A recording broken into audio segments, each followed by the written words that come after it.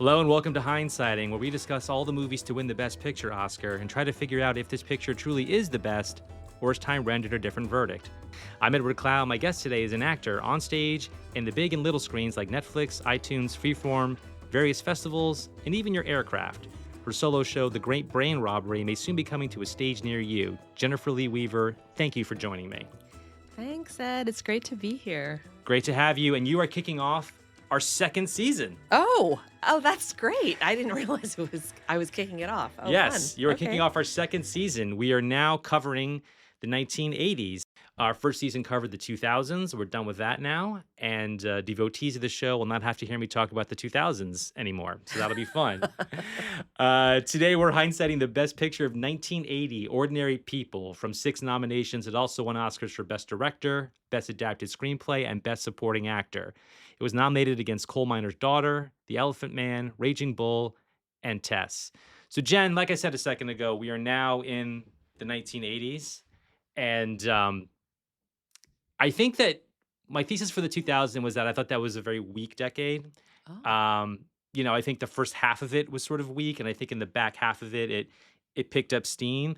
Conversely or inversely, whichever one applies, I think the 80s was an incredible decade. Mm. And I really think what's so incredible about it is every genre was just firing on all cylinders. And most of the great movies from the 80s were all from major studios, which is incredible. Independent film is happening at this point.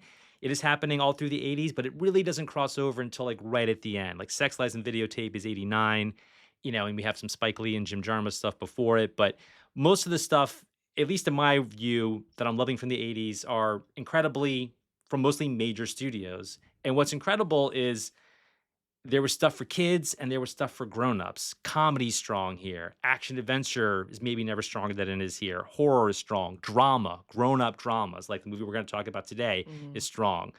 I think the problem is that a lot of the movies that I love from the 80s, and I'm going to throw this to you in a second, a lot of the movies that I really love were just looked at as unserious at the time and unworthy. And I think that the Best Picture winners, I wonder the Best Picture winners kind of reflect what's important rather than what is good. We'll get into Ordinary People proper in a minute, but I guess my question for you is, when you think of the 80s in movies, what do you think about?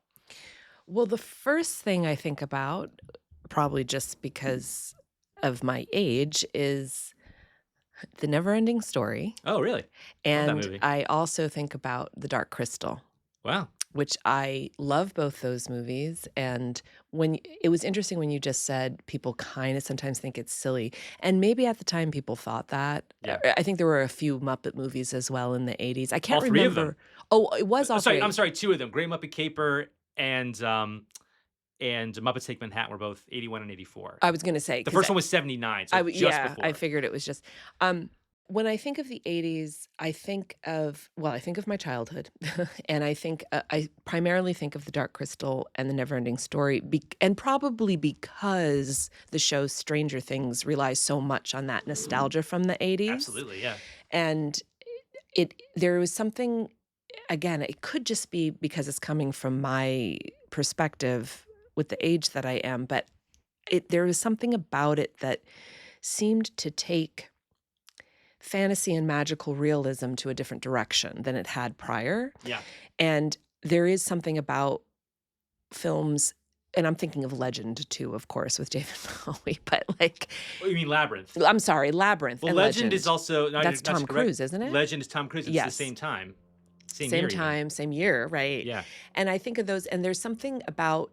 And Willow was also in the 80s. Yeah. And it was like taking... I don't know. Someone else, I'm sure, wrote an essay on this, but wasn't it taking a genre and kind of mixing it? I love the mixing of genres when it's done well. Yes. And I felt like this was an era where they started to do that, where they brought in fantasy, and it was... I mean, look, The Never-Ending Story, there's elements and the philosophy behind that movie you can apply to well into adulthood. Yeah. And so anyway, that's what, when you say 80s, that's what I think of. Yeah. I also think that I wonder a bit if Well, I guess I would have to remind myself what the indie films were because you said that the major pictures were really larger studios. And I wonder why that is. Like, what were they taking more chances in the 80s than they had been? Yeah, well, my thing, well, first of all, you brought up a bunch of fantasy movies, and I did Yeah. not mention fantasy, and fantasy also is just raging and doing really well. And it's funny because in our Lord of the Rings episode, I talked about how I had a really hard time engaging with Lord of the Rings, and I watched all three. But I talked a lot with David Sipkin on that episode about how I just really have a hard time engaging with fantasy. But in the 80s, and I brought this up, I brought up Legend, the Ridley Scott movie. It's maybe the third or fourth episode that I brought it up because we covered Ridley in our very first episode because he directed Gladiator. Mm. And Legend and Labyrinth, which you mentioned, and Neverending Story and Dark Crystal, those are three fantasy movies that I did engage with, even though it's not a genre that I respond to. Right. So shame on me for leaving that out, and good on you for bringing it up. Oh, what about Pan's Labyrinth? That was also the 2000s. Right. Pan's Labyrinth actually we just did prior to this episode, Oh, good. our top 10 movies of the 2000s, and that was on Matthew Weiner's I was going to list. say because Yeah, I don't forget where it was on amazing. his list, but it's just a previous episode, so people can go back and listen. That was on his list Perfect. of the. So we discussed Pan's Labyrinth a lot, but yeah, I think, yeah, I mean, I think what's interesting about the 80s, and I'll sort of tie it a little bit to what we're talking, the movie we're talking about now, is there was stuff for kids and there was stuff for grown-ups. Yeah. And, I mean, like really stuff for grown-ups. I mean,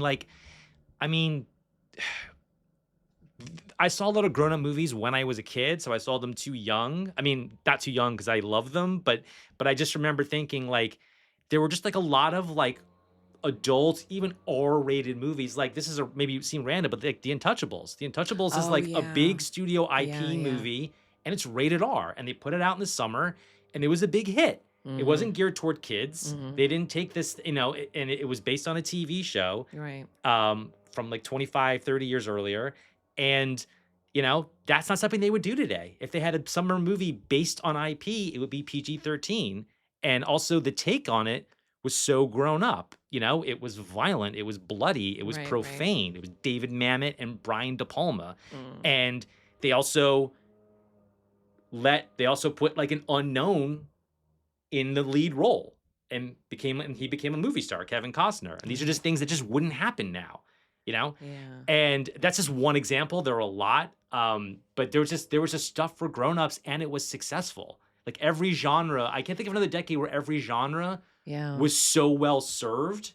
And Yeah, I think you're right. But I wonder, do you think the reason is because the people that were younger in the 60s and 70s were writing sure. in the 80s and thinking of those things? Yeah, I think what's interesting is that, I complained in 11 straight episodes how the 2000s just weren't as good as the 90s that came before it, or as True. good as the 2010s that came after. Except for Eternal Sunshine will always have a place in my heart. They were great movies. No. And Eternal Sunshine came up in that episode, in Yeah. our 04 episode. There were great movies throughout that, and I talked about a lot of them last episode. I think for a lot of people, though, the 80s were not as good as the 70s, which was an incredible decade. So I Yeah. think a lot of people think of the 80s as a time for sort of Philistines, because it's when we see the cementing of Steven Spielberg. He does Raiders, he does E.T., he's producing forgot to mention Goonies, Back to E.T.. the Yes. Future, Oh my God. Inner Space, Gremlins. I didn't know that Steven Spielberg, I didn't know the difference between what a producer and a director was. I thought Steven Spielberg made every movie I saw in the 80s. So his influence is everywhere. So Spielberg's like all over this decade, and I think that for a lot of people, that's what they hang their hat on. It's like, oh, this decade's only for kids, like kids movies. Oh, interesting. And no, that's not true at all. Yeah, and I think that and I think what's interesting is going through these Best Picture winners, and even just the movies, because I made a list on Letterboxd of just every movie that I liked in the 80s. I didn't rank them or anything. That's coming Yeah. in a couple weeks, maybe even a couple months. And it was 234 movies. Now, that's a sliding scale. Some of those movies are things like Remo Williams and Commando that are like, yeah. like guilty pleasures. I'd say Remo Williams is a little bit better than guilty pleasures. Some of them are guilty pleasures, but I think the craft in almost all these movies is sort of impeccable. I think that even these movies that are sort of like, well, that's a cheesy movie, but like they're still done really The well. Princess Bride. Yeah, there's is so a much going on this classic. decade. Oh, Yeah. So Again, fantasy. We're going yeah, back to fantasy again. exactly. I think and look, there are podcasts dedicated just I'm not a huge horror guy, but I know Right. that horror, this is such a big decade for Yeah, horror. yeah, We've got yeah. Freddy, we've got Jason, Yeah. we've got Halloween again. No, Halloween was the 70s. Halloween was the 70s, but like we have like franchises of horror. We have all these things going on. I just think every genre is so well served, and that's not something we could say now. I mean, True. so many things are True. underserved now. So I'm just really excited. The reason I wanted to go to the 80s after having done the 2000s is because I wanted to sort of like I mean, what I want to do is I want to kind of like promote a decade that I think is underrated as opposed to last time where I think that When did E.T. come out? Was that 82? 82. Yeah, yeah. Well, I wonder, and this is just me spitballing here, that you have influential filmmakers like Spielberg, and E.T. was about, I believe he said it was basically about his parents' divorce. Oh yeah.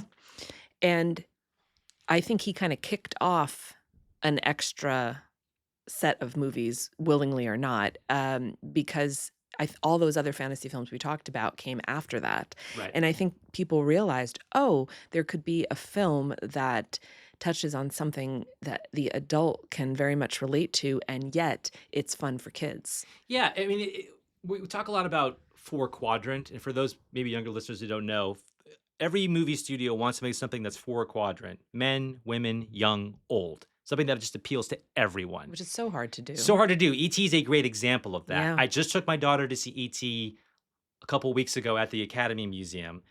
Steven Spielberg has become the second director that she knows. The first director that she knows was Tim Burton. She loves Tim Burton, loves Wednesday, loves Of course, Edward yeah. Scissorhands, loves all these movies. She hasn't even seen all of them. And Edward Scissorhands was the 80s, wasn't it? 1990. No way. But Oh. look, just was made in the 80s. Made in the 80s, developed in the 80s, maybe Yeah. even shot in the 80s. See, Yeah. Edward Scissorhands, I mean, the next decade always sort of carries over the previous decade, Yeah, which of we're going to course, talk like about in 1980, today's movie. yeah. We're going to, I mean, yeah, if you look at Ordinary People, Strong 70s influence. absolutely, because it was probably shot in 79. I Mhm. mean, it had to have been shot in 1979, given that this movie came out, I think, in like September of 80. So yeah, obviously there's always holdovers and stuff, and this is what a perfect way to talk about this movie.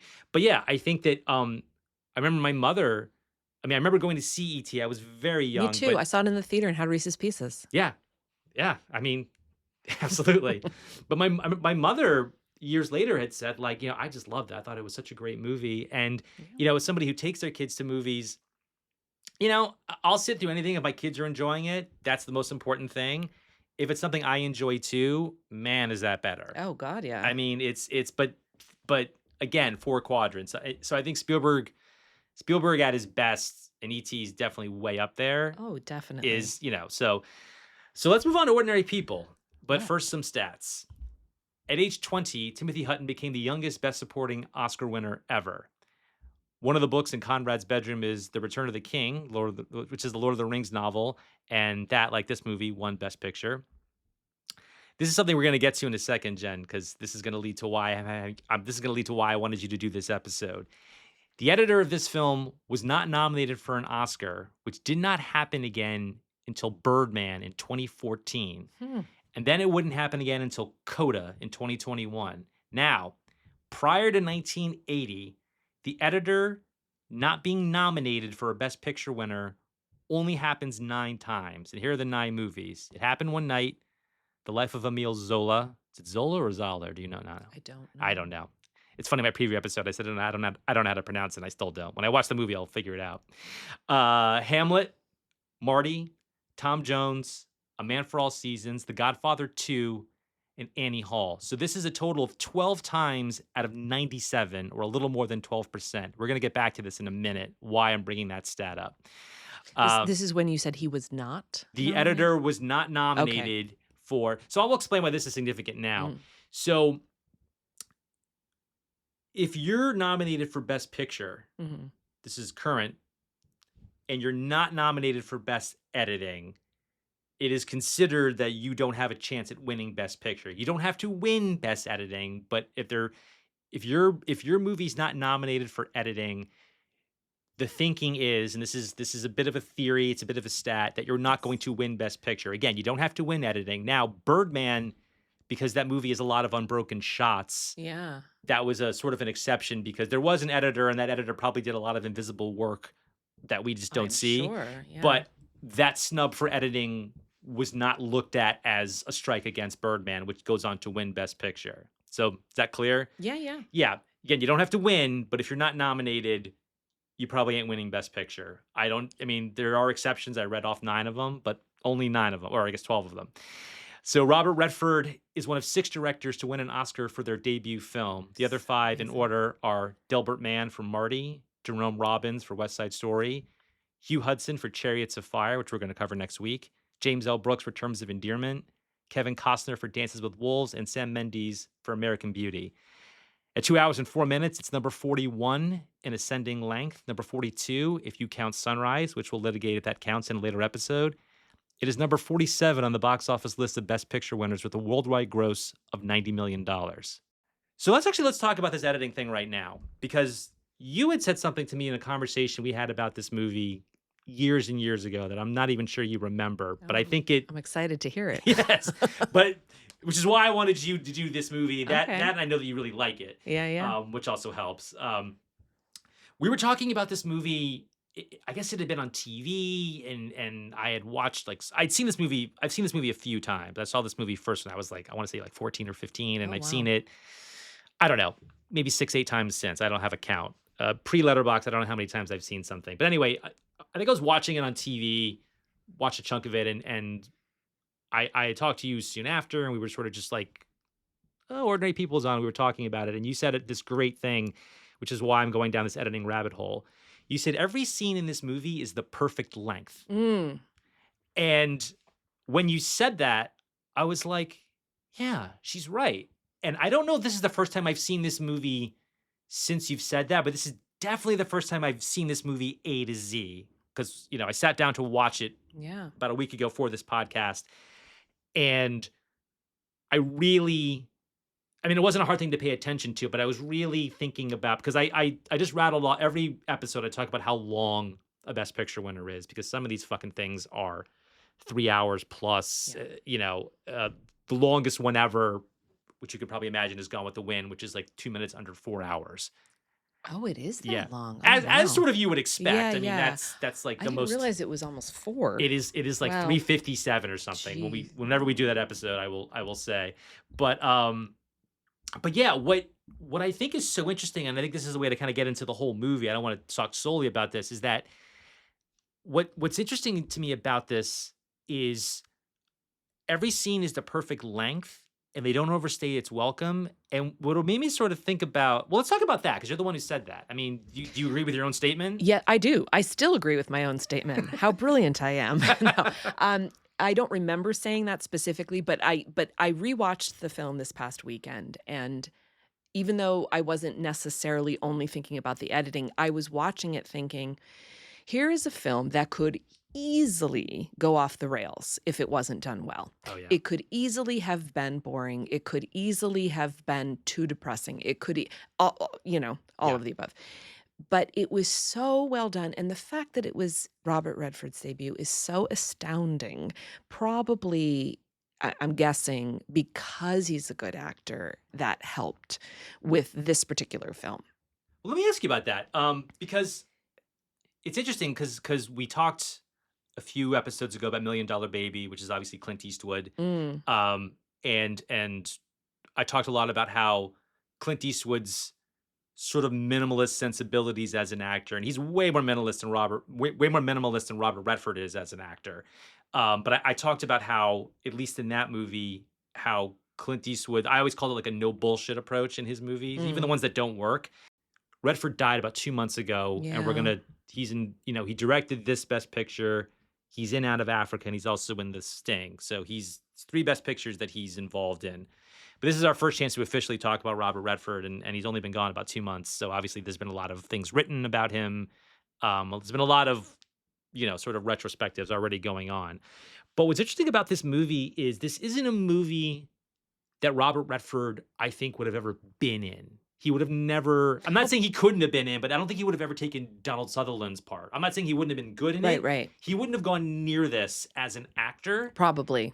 And I think that's what's so interesting, is that as a director, that he decided to do something that that's this emotional, that's this Yeah. raw, that's this almost, and I mean this in a good way, at parts almost unwatchable, like almost unbearably intense, Messy. I would call it very messy. messy, and The that is messy of human nothing. emotion and Yeah. the like you said, the raw, the very, very non-Hollywood approach to it. Yeah, and I think that I mean, as an actor, because this kinda caps off pretty much a decade of his most famous work, starting with Mm, Butch and Sundance, and mm. then All the President's Men, and The Sting, and The Way We Were, That and was all 70s, right? all 7 that's Yeah, pretty much yeah, the '70s where yeah. he becomes the biggest movie star in the world and is pushing envelopes, Barefoot in the Park. Barefoot in the Park. Yeah, I mean, like, he That was becomes the biggest 60s. movie star in the world, but also somebody, who's pushing not in every movie, of course, like, he does make some movies that are just fun, but, um, this really kinda caps off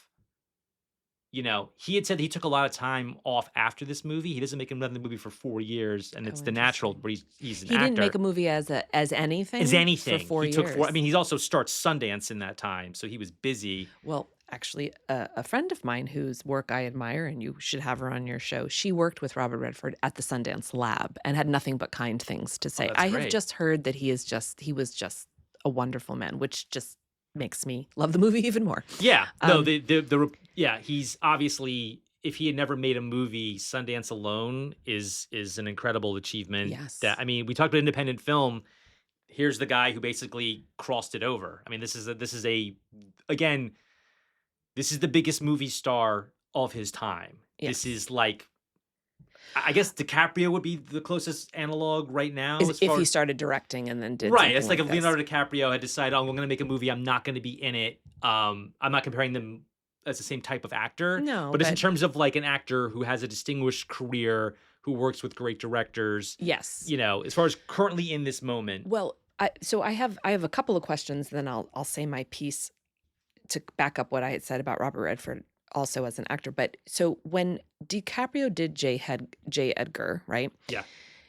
Did Robert Redford ever do? You're gonna have to help me with this. A film where he was not, handsome and charming. No, he was not Redford was not what I would call a chameleon. Like, it's interesting, like, He's super handsome and charming, but super like handsome that and was his charming. thing. There's like this class, and I know you know this, but it's interesting to think about Redford is like I think of there's this class of actors that in the late 60s and early 70s, they're almost all exactly the same age. So there's about 6 guys. So there's Redford, Beatty, Dustin Hoffman, Nicholson, Pacino, De Niro. We'll go with those 6 guys. Hmm. They're all about the same age. 4 of those guys were born, I think, the same year. Hmm. Redford might be a year older. What's interesting to me is if you spin the wheel of time, Robert Redford and Warren Beatty are always going to be movie stars. They're handsome, they're charismatic. Yes. If they were Yeah. young guys now, they'd be in the MCU. If Hmm. they were young guys in 1930, they'd be romantic leads. In the 70s, Hoffman, Nicholson, Pacino, and De Niro, that's the only point in time where those guys could be movie stars. Yes, there were more Guys, character. they were characters, but they Yeah. looked like everybody else. Hmm. And it was, women found them attractive, but it was only because they like well, not only, but it's like, it was like, oh, they're so talented. They're so Yes, interesting. which added to it. Whereas Yeah. just on the surface, Right. Robert Redford and Warren Beatty look like they're just like your kind of They're movie stars. They're movie stars, And they were exactly. always going to be movie stars. Both those guys, in different ways, a lot of them, they both produced and directed their own movies, pushed, Warren Beatty produces Bonnie and Clyde when actors were not producing a lot. That's one of the starter guns for this whole generation. Redford, he's uncredited, but he produced All the President's Men. He convinces Woodward and Bernstein to write the book, and then he says, okay, I'm going to make the movie. I'm going to play Woodward.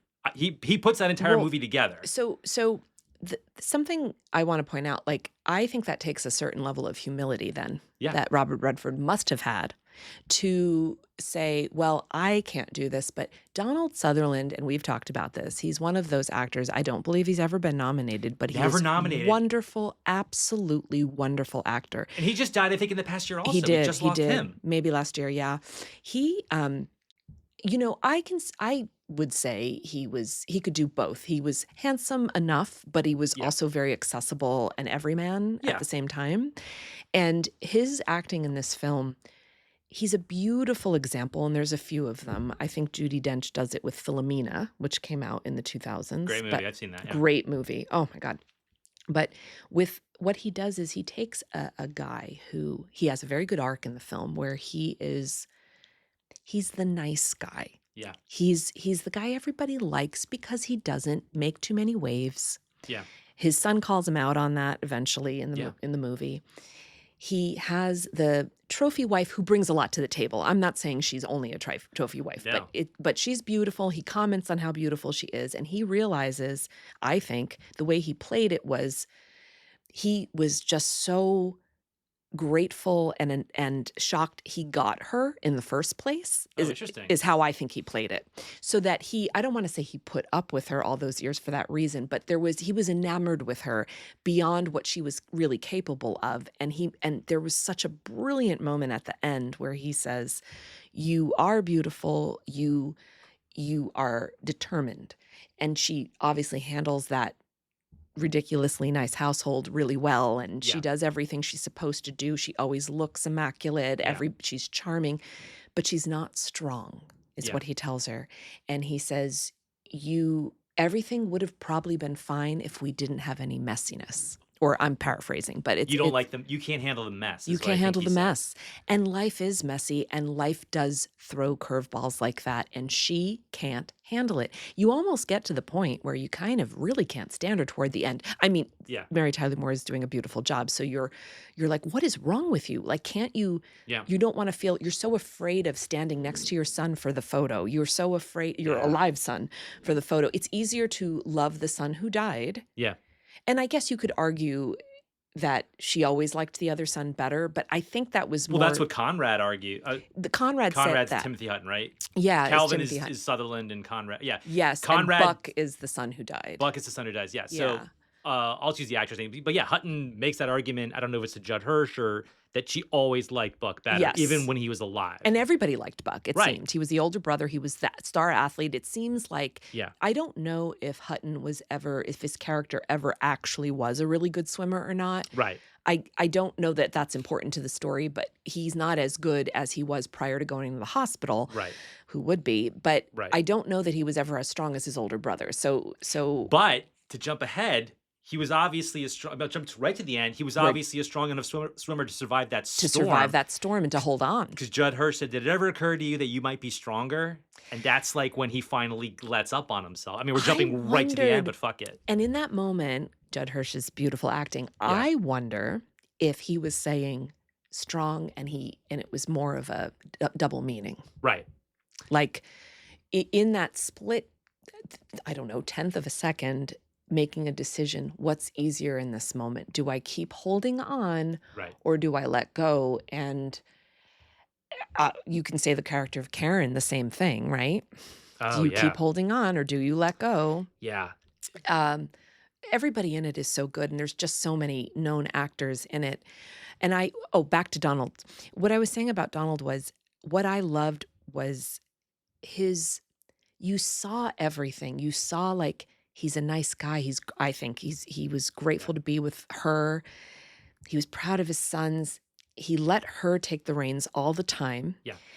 And he obviously made good money because they lived in a very nice home. I don't think she was the breadwinner. I think it was No, him. he's a tax attorney. That's and right, he was a tax She's attorney. basically active, and she mentions in one scene, She "Oh, I have works. work," but I think it's all volunteering. I think it's all. Okay, that I makes don't sense. think she has a job. I don't because think so we're, either. We're kind of women are working at this point, but I think it's interesting. But she didn't need to, I don't think. She didn't need to. No, they were upper middle class. It's interesting because this movie takes place in the suburbs of Chicago. My mother was from Highland Park, which is Oh, where right. Yeah, Judd yeah. Hirsch's office is. Yeah, yeah. And I don't know precisely what neighborhood they live in. It's But either- weren't they alluding to Highland Park isn't a nice neighborhood at the time? Weren't they trying to say that? Yeah, well, Highland Park is close enough to where they are that maybe they're like in Glencoe or something. So this movie resonated for my mother because like she was from this area. Yeah, yeah.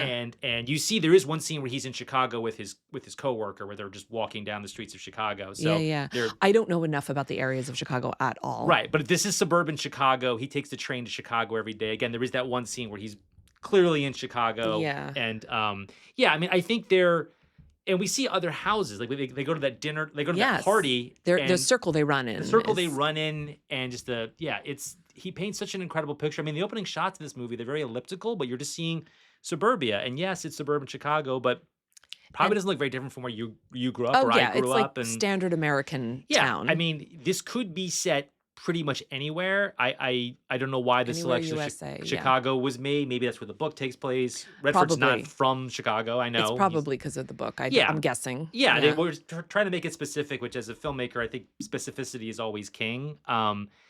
Yeah, I mean, yeah, I And mean, there's Sutherland's the so good in this, and I think his character. I think what's so great about this movie. I mean, there's so much to get into, so we'll just get into it. I mean, I think what's so great about this movie is that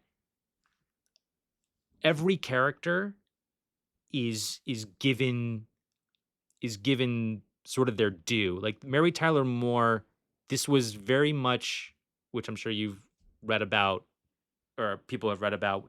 This was very casting against type. Oh, yes. Mary Tyler Moore. It's interesting because I thought about this. This may sound negative, but a couple of weeks ago we had talked about Crash, and Mm. in that movie, Sandra Bullock plays, a very high-strung, racist, unpleasant woman, kind of similar to not that Mary Tyler Moore is racist, and that was casting against type because Sandra Mhm. Bullock was Mhm. America's sweetheart, Mhm. and she And so was Mary Tyler and Mary Moore. Tyler Moore, Mhm. so she very gamely played against type. I thought that the writing in Crash just wasn't strong enough to support her, especially her character. I thought that her Yeah. character got short shrift. She's very good in the movie. The Yeah, yeah. performance is good, and full props to Sandra Bullock for trying it, but having just seen Crash and having Best Picture on the brain because of this stupid podcast, I just thought for a second, oh, this is sort of like what Paul Haggis tried to do in Crash, except that he doesn't support Sandra Bullock with the strong writing Mm. that Alvin Sargent and another writer I want to get to later on support Mary Tyler Moore with. Um, but yeah, this was like this was a big deal because I think her show, if it was even still going on, hadn't been off the air very long. I don't think it was still going I on don't by think the it was time the movie came out. right, but it was on just before this, a few years Yeah. before this, and Everyone knew who she was. everyone she was Yeah. she was probably the biggest TV star. Yes. Just like Redford And was at the that time, TV changed in later years, but at that time, to make the leap from TV to film was actually difficult, and not Very. everybody did it. very difficult, and she's definitely the antagonist, but I think that he's so respectful of her Oh, yeah. because every time, like the scene that you're talking about at the end, well, you can't handle any mess. It's interesting because they picked that scene up because Redford got in the editing room and didn't think that Donald Sutherland's performance worked, so they reshot that scene, but Mary Tyler Moore, I guess, was not available because it was months later. So they Oh. rebuilt the set, or they went back to that location, and Robert Redford was Mary Tyler Stood Moore. in for her. Even though Okay. she doesn't say a word in that scene, but Donald Sutherland said, "Yeah, I played that scene to Bob, and he stood there, and I did that whole scene, and that's the take that's in the movie." So her half of it was months before, Oh, and what we're wow. seeing is Redford got in the editing room and just thought it didn't work. Not that Oh, it was terrible, but interesting. he just felt like Yeah, yeah. he wanted, and Donald Sutherland, I guess, agreed. So that is a complete pickup That's cool. months later. Well, I mean, that scene is so beautifully done, and I loved Donald's choice because he was crying, he stops crying, Yeah. then he says what he has to say. Yeah. And then you see him almost, not that he's happy that she walked away, obviously he's not, but he seems relieved. Well, Like he he knew made she a wasn't going to decision. change. Yes. He knew this But isn't going to make her be he a better made a person. decision Yes. finally. Yeah. And when that ending shot when he's talking with Hutton outside, it's Yeah. so lovely. It's like it just and yes, Mary, everybody does beautiful acting. I guess I'm concentrating on Donald Sutherland because He wasn't nominated. He's the he only wasn't performance in this movie not nominated, nominated. and he's such a wonderful actor. And that kind of part doesn't always get nominated. Yeah. Whenever we think of a strong person or a strong hero type, Yeah. we don't think of somebody like that, except when you think of Donald Sutherland in this movie. And another great example is Judi Dench in Philomena. Right. The kind of meeker seeming character who's actually, it's beautifully acted. And Timothy Hutton, I mean, to be that young and to have that range, Yeah. and I was blown away by his performance. Yes. He's pretty incredible in this. And also, and I don't know the answer to this. I don't know much about his personal life at all, especially at that point in his life. I don't know anything about it, but I can only speak for myself. I think that over the years, I have grown into, a deeper actor because of my life experience. Sure. Going through all the twists and turns of life, the tragedies, the trauma, the whatever. Yeah. And I don't know at that young age he was I know he won at 20, but he was obviously younger when they filmed it. Yeah, he was 19 when they filmed it. To be that young and to understand those complexities, I found very impressive. I think his father, Jim Hutton, who was an actor, had Right. died. Oh, I while don't he know was what filming? I don't know the timeline, so forgive me for not having this in my fingertips. I don't know the timeline, but I think prior, probably pretty I don't know if it was during filming, but it was I think pretty recent to that, so he could have been drawing off that. I Um, well, he obviously understood well, Robert Redford and everybody in the cast understood grief very well. well, Redford, yeah, I mean, lost a child very young when he Right. was a very young parent, had lost a child Right, I forgot and about that, yeah. yeah, and Maybe that's why this spoke to him. yeah, Timothy Hutton's pretty incredible in this, and I mean, all the performances. It's really and what's so interesting is like obviously this isn't the first time that I've seen this, but um, I'm jumping around so much. But you had mentioned the Karen character, who's played by a very Oh, young Dinah Manoff, who yes. who I knew from Empty Nest, the Yes, that's what I sitcom, know her from too, right? which was the '80s, wasn't Yeah, it? this is after It was that. after that. Yeah, so she's She looks like a baby in yeah. this movie. And for people who don't know, Dinah Manoff's mother is Lee Grant, Oh, I didn't know that. yeah, who just turned 100. Oh my god. Um, but not that that matters, but just that she is, like Timothy Hutton himself, the son of or the child of a known actor. But what's so interesting is, Dinah Manoff is in one scene in this movie, and if this is your second time seeing this movie, and you know that this character, who's, she's a, she's a friend of Conrad's from the hospital, and you know that this character is going to kill herself, you know, we don't ever see her again. Yeah. And that scene of the two of them just takes on well, like any movie when you see it the second time, if you know what's going to happen, the scenes take on new life. Like if it's a thriller and you know they're like, oh, this guy's the killer, then you watch the scene a Yeah. different way. But this is the scene. The fact that she dies by suicide later, but talks to him and kind of is like Let's re have the best Christmas ever, and let's be regurgitating whatever the therapists have been telling her yeah. She's to masking so him. hard Oh, and she's struggling, but I don't know. and she does a beautiful job at it So too. so but I don't know, and there's no way to know because I don't the first time I saw this movie, I was 14, so I did not think, "Oh, that Yeah. girl's gonna kill herself," Yeah. but I also wouldn't have been sophisticated enough to twig that anyway. Right, right. So I don't know if some I guess it depends on, like, where you are in your life, if, like, you're looking at this girl and being like, "Ooh, she's putting on a show," You in know, which case the scene still works. I'm trying to think because I just rewatched it after Right. not seeing it for Did you probably remember what happens to her? you know what? I don't know. While I was watching it, I was like, "Oh, wait a minute. Is this what I think it is?" Like, Right. but I didn't remember before, which is one of the beautiful things. Even Yeah. though I would say I do have a good memory most of the time, in a good way, what happens with films, if I don't see them for 20 years or Yeah. close to that, I might be kind of pleasantly like it'll start coming back to me while I'm watching it, but it's well, sometimes it just scenes stand out and Mary Tyler Moore's coldness always stood out in my mind. Yeah. And probably because I remember discussing it with an old boss of mine who said that her character in that reminded him of his first wife, in that and the reason the coldness was there is because they were just trying everything to not feel something very painful. Right. And it was just so beautifully done. And that the shot I wanted to talk about, there was an opening shot where you see Mary and Donald coming up the stairs home. Hutton's already home in his room, and they're coming up the stairs, and you see the guardrail, Ah, and you just see the legs of Mary, and then she turns away. And then you see Donald walk up and he pauses, and you could tell he's looking towards his son's door and he he looks at the chooses to go to his right. son. He sees the lights on underneath. Yeah, he sees the lights on and he chooses to go to his son, and how much that says in that moment, and how Yeah. she has shirts for Hutton later on, and she's like, "I got shirts for you," but like, Yeah. and she sits in his room, and there's just so many. Talk about show don't tell. There's so many moments in this film that do that so well. You know, it was one that wrecked me just to close out sort of the Karen portion of Oh, this. please, yeah. Just because she's only in one scene, but the only other scene where she's mentioned, and I remember when I watched this movie at 14 years old, this kind of being the thing that stuck with me. So there's a scene,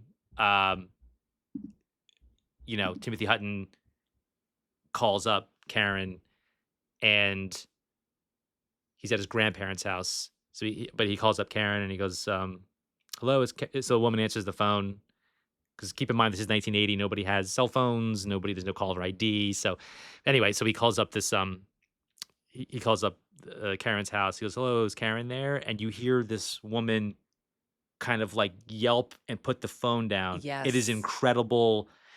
It's incredible acting on whoever this voice actress was, and also sound design. And it's just so well staged. And then you hear, I guess, her father pick up the phone and say, "Karen killed herself."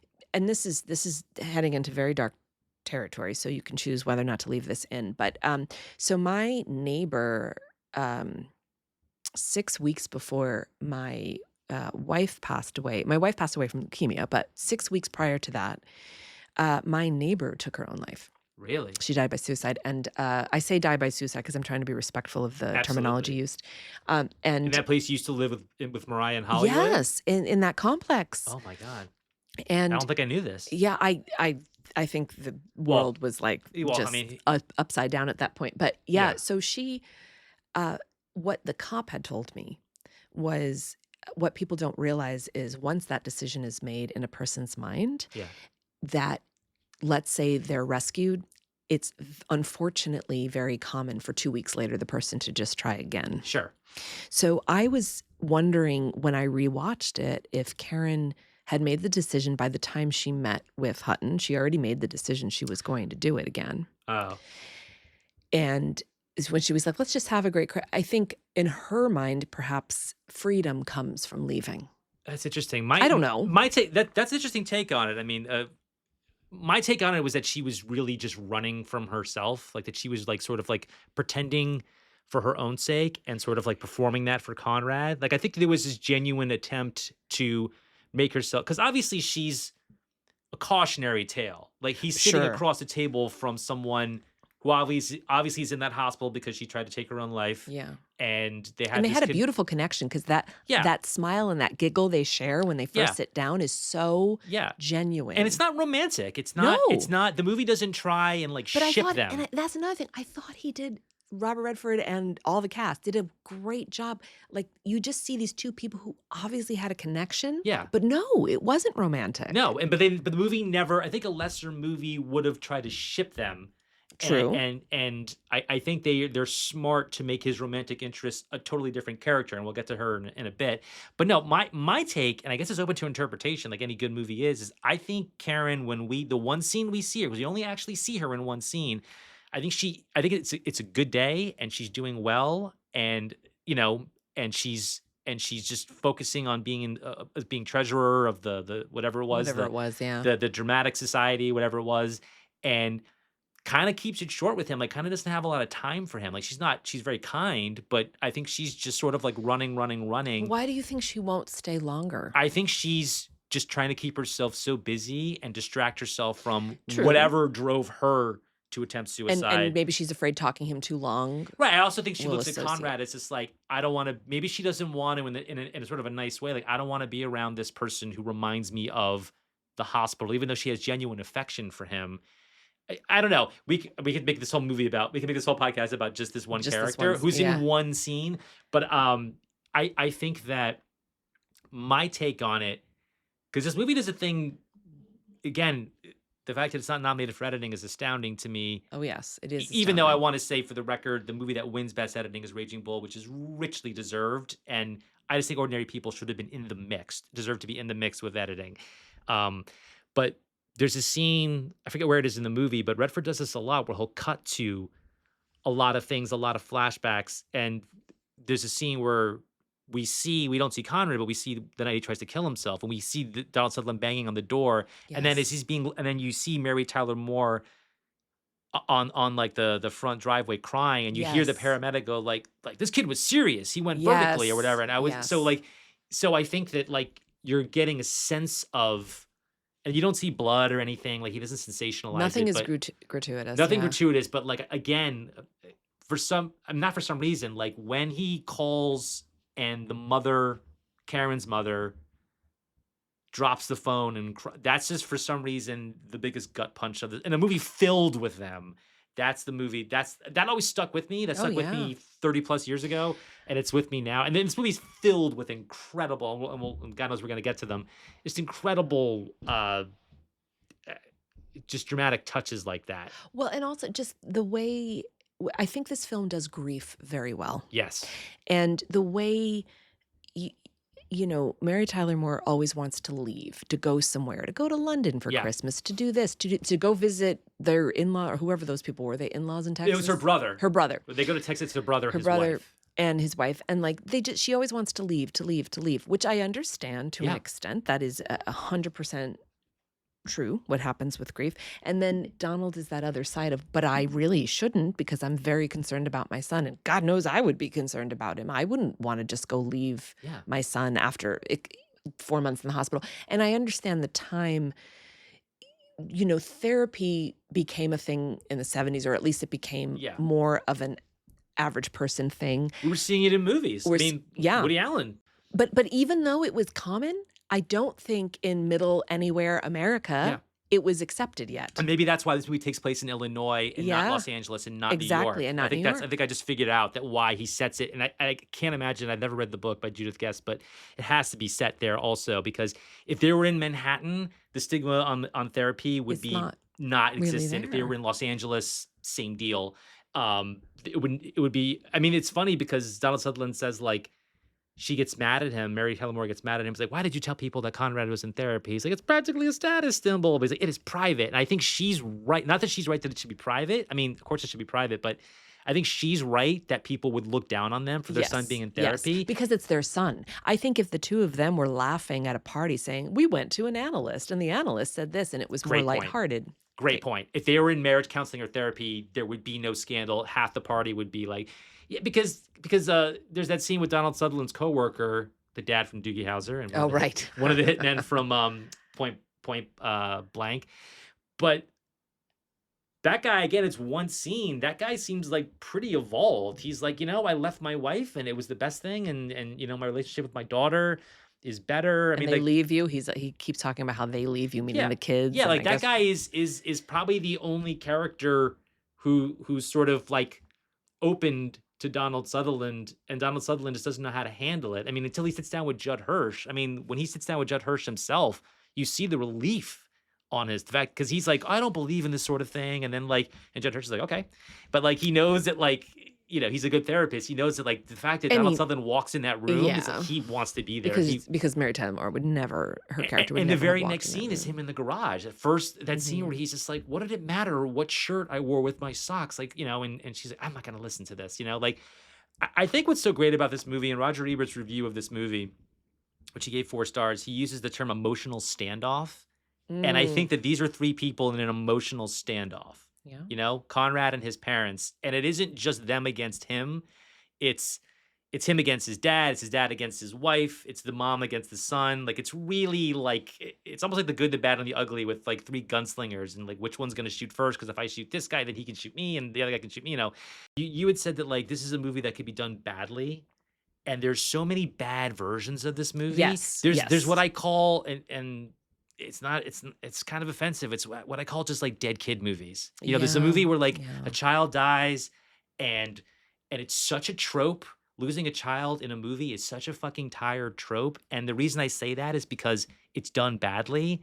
And also movies about characters that can't express, or even movies about wasps. These people are wasps, Mhm. even just movies about people who can't express themselves. Those are usually done so badly. Yes. And this is the best of them. Mhm. And this one's great on its own. I'm not saying it's like relatively good, but I think that, I don't know if this is the first one of these. I'd have to really think about it, but like this is definitely the most prominent example of, all the drama just being in what's said, what's not said. Even when, like, I mean, because there's that scene, I think they're putting up a Christmas tree, and Mary Tyler Moore comes in, and they both are like, "Uh-oh." They don't even know what's wrong. Mhm. They're both afraid because they see the look on her face, and Timothy Hutton stands up for himself, but then 2 seconds later, he's like, "I didn't mean any of it. I'm sorry," Yes, like, that and was that's so but that's heartbreaking. so common. That's what would Yeah. happen because, like, he would be brave, but then Because he he would needs be to so keep the afraid. peace. Yeah, he knows that keeping the peace is what he sees And as that's a all Donald child as the Sutherland most wants, is like, he important just thing. doesn't want there to Mhm. be a problem, like, Yeah. 'cause he makes such a big deal about, like, "Oh, that's great that so and so's taking you to school," and he's like, "Why is that great?" And he's just like, "Oh, well," like, it's like he's trying Sutherland is trying so hard to put this family back together, Yeah. Yeah. and in a Until he weird realizes it's not gonna look the same. it's not gonna look the same. Mary Tyler Moore actually is trying to do the same thing, but her method is because you just see all through this thing, it's charted so well. He's like, "I think we should both sit down and talk to Dr. Berger." And he's Mhm. like, "I don't wanna talk about this," like, the way I'm imitating her is, like, very cruel. It's not like I'm undercutting her performance a little bit, and I don't mean to, but, this movie, I think a lesser movie would also make her just such a villain. They would make her, like, so one-dimensional. They would Yes. make her just a fucking bitch. And I think what's great about this movie is you look at her and you're like, "Okay, I think she's cold," but well, I wanna talk about her best scene, which I think is just masterfully staged. I know I'm jumping around. When they're on the golf course, Mhm. and it's pretty late in the movie. I think it's even after it's fairly late in the movie. It might even be after Conrad's kind of like had his catharsis with Judd Hirsch. I may have the order wrong, but I feel like it's pretty late. I feel like Conrad's story is anyway. They're in Mhm. Texas and they're playing golf with her brother, Yeah, yeah. and there's a scene, and it's in one shot. It's played pretty wide. It's not like a tracking shot like Boogie Yeah, Nights or yeah. anything, but like it's again staged really well. Like he's letting the performances breathe because he's an actor, and that's probably what he would want if he were in that scene.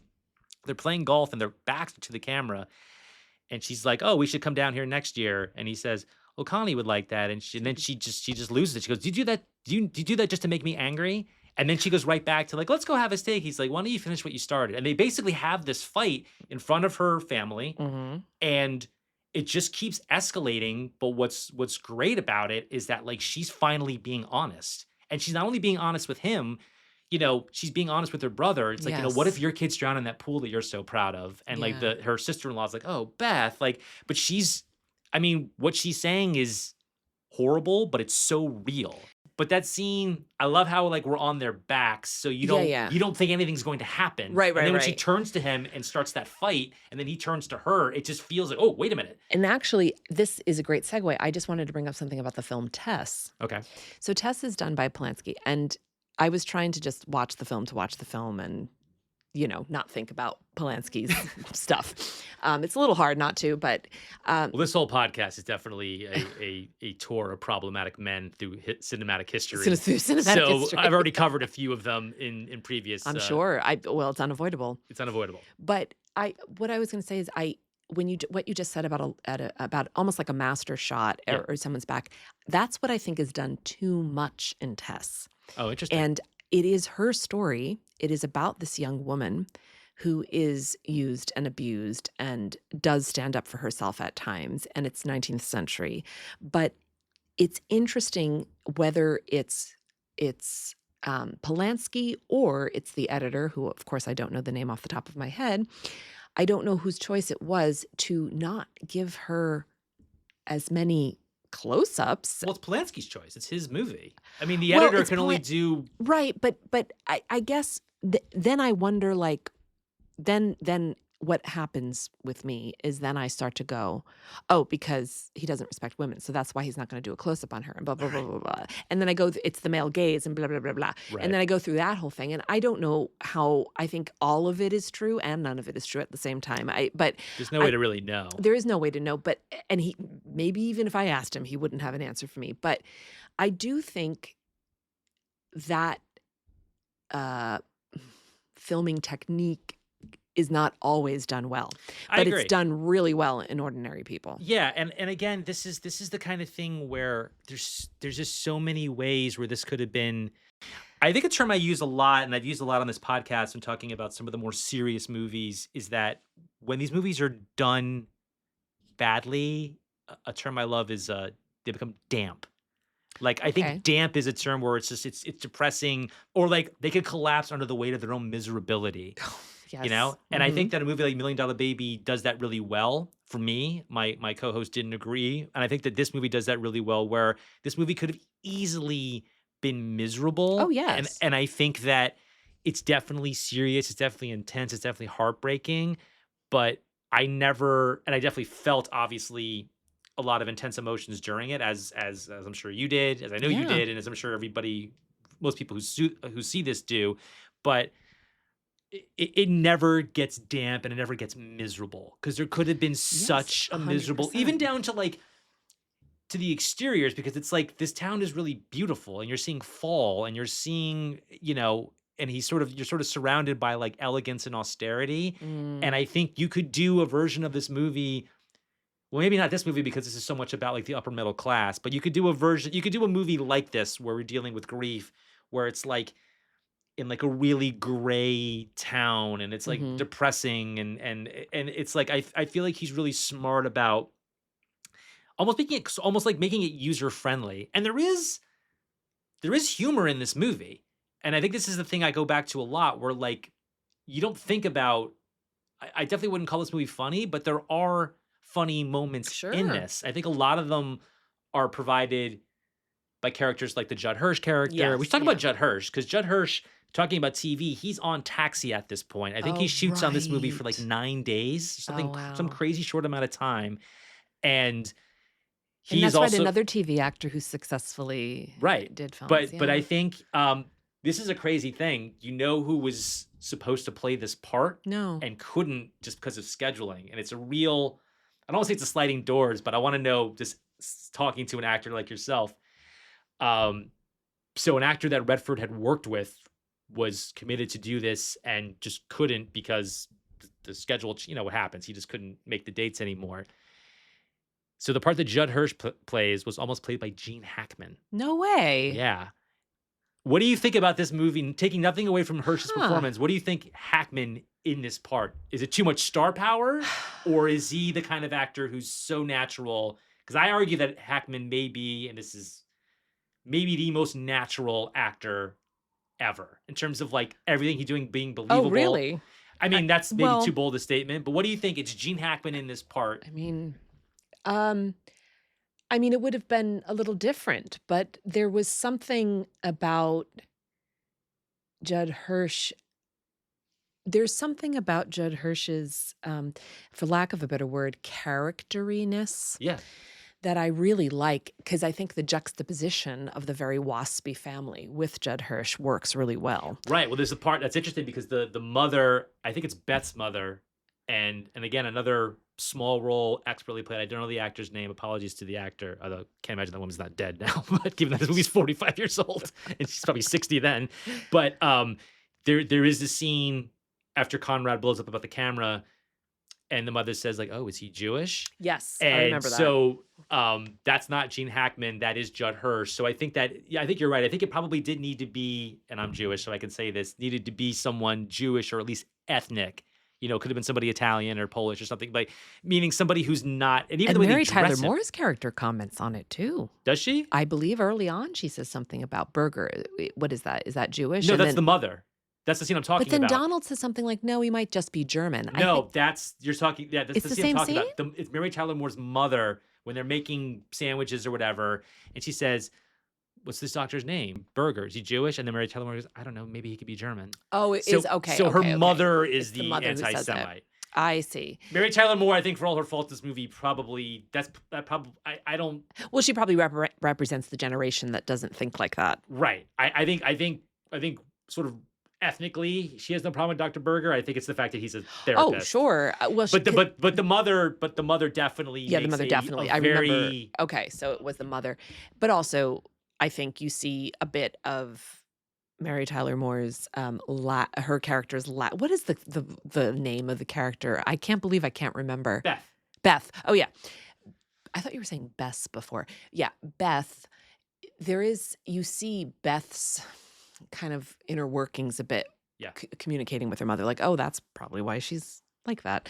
Yeah. But there is the part too where Beth is having I guess a Christmas present list, and she's like, I don't know, do you get something for your Oh, right. psychotherapist? Is With that a her thing? Like, yeah. and he's like, "No, no, I don't think it's a thing." Yeah. Um, so while she's not making an anti-Semitic comment, Oh, she's you think, do I get obviously this guy a Christmas present because he's clearly a Jew? You think that's what it is? well, Because it could be. I don't know. I guess it's open to interpretation. The mother definitely, I mean, the mother's in 2 scenes, and I think in that same scene, she says the mother says, "Well, you have to be firm with Conrad." And I think that's a moment where I do feel some empathy for Beth. It's like, oh, her mother's an asshole. Yeah. Her Yeah, mother, yeah. you get a real That's what I mean, snapshot like, you into like see yeah. you get a real snapshot into like this woman grew up in a very restrictive, And also prim and Beth, I proper. mean, look at the time she grew up in too. Like a Yeah, woman, like be very Jackie O, look beautiful, be a exactly. good housewife, Yeah, be a put good yeah, mom. What that means in this world is different than because what we Donald would think Sutherland of it says we've been now. married almost 21 years. That means they've been married since the late 50s. Married since the late 50s. It's 1980. He said Who? Donald Sutherland says to Oh, Judd Hirsch, that's we've been married right. almost 21 years, so that's 1959. Yeah. So think about that. They were married in 1959, Yep. and because Donald Sutherland's about 45 in this movie, and And he's she's what, early 40s, would you say? probably about the same age. Yeah. Maybe I can look it up. They're probably, Yeah. I would imagine they're close in age. I would imagine she's 40, 45-ish, probably not much older. Yeah. But they have, they have a, I mean, is Buck an adult? Is he in college when he dies, or is he in high school? They I don't really, thought so he's definitely like, Hutton is supposed to be a junior, but he almost didn't finish, but he did finish his right. junior Hutton's year. definitely in high school. Yeah, yeah, in high He's a school. junior. He's a So I junior in high guess Buck school. would have been in college, but they never mentioned the school Buck went Yeah, to. or maybe he was a senior. I mean, yeah, I don't. It doesn't Yeah. matter. But basically, my point is that they have 2 almost adult kids, Mhm. and they're 45, Yeah, yeah. and I'm only a little older, and my kids are little. Yeah, yeah. But It's just a I'm different not time. by Yeah. any. Yeah, it's a different time, of course. Yeah. I mean, my mother had my brother when she was 25, and Yeah, that was yeah. not. And that was incredibly normal. That was incredibly normal. I Yeah. mean, your mother probably was the same way. But Yeah, my mother was a little younger. She got married at 21. yeah, my She mother was was like 22. 24 when she had me. Yeah, I mean, that was That's how it was. Yeah. That's exactly how it was. I mean, so I'm just saying these people, Beth's generation is yeah, Jackie O's a great comparison because she would have been a young wife right when And the example that the a lot of example people are that's still being set. remembering, obviously Yeah. not in the White House, but Right. at this point, but like, Yeah, this movie's more than I realized, I think, talking about it with you. This movie is a time capsule. I mean, what's interesting is we talked a little bit about how this movie was shot in 1979. What kind of stands Conrad out? Because I guess he shaved his head when he killed himself. He has really short hair, not he's sort of out of style. All the other men in this movie have like right, really have longer bushy, hair. long. And then they say, "Oh, your hair's growing in. It looks good." Right, That's that's everyone what keeps telling you. Karen says. So Yeah. like Conrad looks different because he has shorter hair, Yeah. which would not, no kid would look like that in I 1980. also thought what was good, and I suppose because Timothy Hutton's so young here, and it was his debut, wasn't It's his it? first movie, yeah. I just feel like he's a good-looking kid, Yeah. and he does a really nice job playing this kind of awkward, Yeah. unsure of himself, you know, teenager. Yeah. I think he did a really nice job, and I say that because I think, well, we just talked about Robert Redford has always been kind of the handsome, Right. Yeah, I charming. think this it's so interesting. I think Redford, he's obviously somebody who's very interested in appearances because you would imagine he was reduced to his good I'm looks, sure. and like many women still are. Yeah. And I think a lot of his career is like, okay, well, I'm gonna push against this. I'm gonna sort of play different parts. I mean, he never transformed his looks, but I mean, even playing Bob Woodward, you know, reporters don't look like Robert Redford, or if they do, they're on camera. Yeah, yeah. But it works. You know, and that's just one example of many. But like he was always able, or like I recently rewatched 3 Days of the Condor. I don't know if you've seen that movie. Oh God, if I have, it's been too long that I don't That remember low key it. could be his best performance ever. Oh wow. It's a Sidney Pollack movie, and it's a spy thriller, and and what's so interesting about it is that like he's convincingly playing. It's almost like his most energetic performance ever because it's very like Hitchcock leading man. I mean, he's just on the run. He's like running from like people who are trying to kill him, And you should definitely check that movie out. It's an interesting movie, really good movie. Is it 80s? 75. Oh, So it's like the height of his 5 years before this. But yeah, I think he's somebody who's very interested in appearances and working against that. And I think that's why he cast Mary Tyler Moore. I think that's sort of, like what I said a little while ago, sort of the masterstroke of this movie. yeah. She Uh, she was the right she person was the for right that part. person because I think it's like, oh, everybody loves Beth. Everybody loves Mary Tyler Moore. Mhm. I mean, that's why I mentioned the Sandra Bullock thing because I think 20 years ago, if you made Yes. this movie now and put Sandra Bullock in that part, Yeah, yeah. it would be like, oh, wait a minute. Casting against type, Cassie against type. 100%. Everybody loves this woman, but behind closed doors, she's cold, and I think she could do it. I don't even know who the modern. I mean, I just can't think of who the modern equivalent of that is, but there is one. I can't think of it.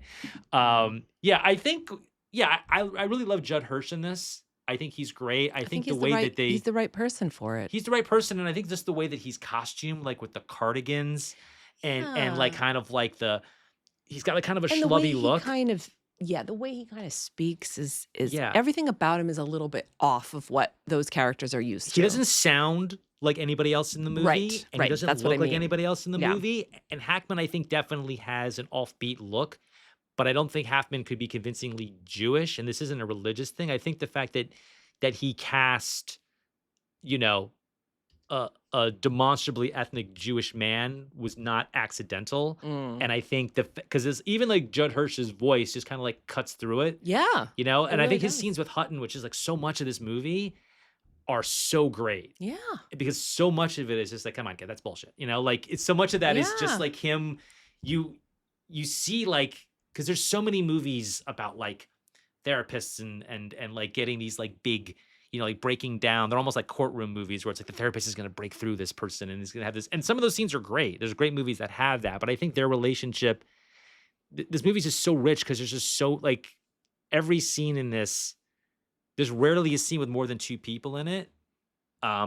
Except for, I mean, it's like a lot of just like sort of like Yeah. two-man plays. Which I think is one of the things I like about it because it's very theater-like Yeah. in a lot of ways. I was going to say something else that just dawned on me about Judd Hirsch was when Timothy Hutton first calls, when oh God, what's Timothy Hutton's Conrad. Conrad. That's right. When Conrad first calls the therapist, he's kind of cold on the phone. He's busy. Yeah. He's very He's like, call me back. I got yeah, I'm yeah. with a Or patient. call me at this time or show up and blah blah blah.